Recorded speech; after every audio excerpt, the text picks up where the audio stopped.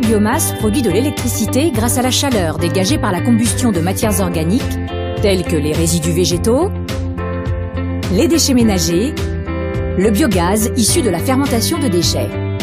Autant de sources d'énergie renouvelables et disponibles en grande quantité. Le combustible est acheminé vers la chaudière. Il est introduit dans la chambre de combustion où, en brûlant, il dégage de la chaleur. Cette chaleur est transmise à des tubes remplis d'eau qui tapissent la chaudière. L'eau des tubes ainsi chauffée est dirigée vers un ballon dans lequel elle se transforme en vapeur. Cette vapeur fait tourner une turbine, puis cette turbine fait à son tour tourner un alternateur. Dans l'alternateur, l'interaction entre les électroaimants du rotor, la partie mobile, et les bobines de fil de cuivre du stator, la partie fixe, produit un courant électrique. Un transformateur élève la tension de ce courant à 225 000 ou 400 000 volts pour qu'il puisse être transporté plus facilement dans les lignes à très haute tension du réseau.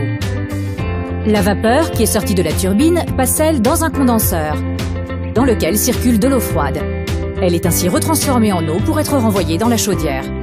Cette vapeur peut aussi être utilisée soit pour des activités industrielles, soit pour alimenter un réseau de chaleur urbain. Cette production simultanée d'électricité et de chaleur dans une même installation est appelée cogénération. Enfin, les fumées issues de la combustion sont filtrées avant d'être évacuées par les cheminées. Souvent installées près des lieux de production ou de stockage de la matière, les centrales biomasse peuvent être utilisées en continu pour répondre aux besoins en électricité, quel que soit le jour de l'année.